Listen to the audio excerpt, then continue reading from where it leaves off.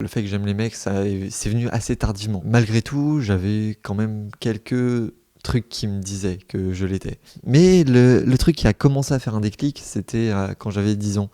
On avait fait un voyage scolaire en fin de CM2, donc c'était vraiment juste avant que je passe au collège, quoi. Bah du coup, c'était en 2014. Oh putain. On fait ce voyage scolaire et puis on va à Cherbourg, un petit coin sympa, et on va dans... J'ai oublié comment ça s'appelle, mais ce sera sans doute marqué là. On va tous dans des chambres, il y a que des chambres de 4. J'étais un peu à l'écart des autres, et un autre gars aussi. Et du coup, on s'est retrouvés dans la même chambre que tous les deux. Alors ce mec-là, je pense qu'il était très précoce, on va dire.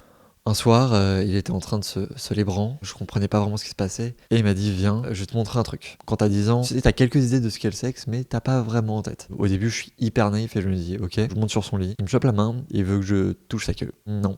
Non, bah non, c'est dérangeant, c'est un problème, ce n'est pas ce que je veux. Du coup, moi je refonce sur mon lit. Et là, il me fait cap ou pas cap, tu reviens sur mon lit. Faut savoir que je sens que j'ai jamais eu de potes, s'il y avait que ce genre de défi qui me permettait un peu de me démarquer et de m'amuser avec les autres. Oui, c'est horrible à dire, je sens ma solitude comme ça. Et du coup, j'ai fait bah cap, je suis monté sur son lit, il a retenté la même, j'ai eu très peur, mais j'ai eu vraiment la peur de ma vie. Donc j'ai littéralement sauté sur mon lit. J'ai pas expliqué, mais c'était sur des lits superposés. On était tous les deux sur des lits au-dessus.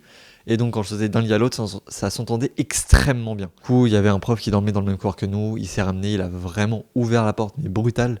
Il a fait bon, maintenant tous les deux vous dormez. Il s'est rien repassé cette nuit-là. Les gars des autres chambres, ils avaient un peu entendu. Du coup, ils se disaient qu'il y avait un truc louche. Et il y a eu cette ambiance un peu chelou entre lui et moi durant tout le truc. Ouais, ça peut s'apparenter à une tentative de.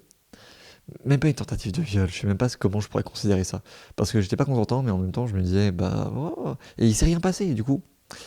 Mais tu sais, c'est un truc qui me tourne toujours dans la tête depuis le début. Depuis des années, ça me tourne dans la tête, je me dis, il serait passé quoi si au final tu passes à autre chose et puis tu te rends compte qu'aujourd'hui, je suis encore traumatisé.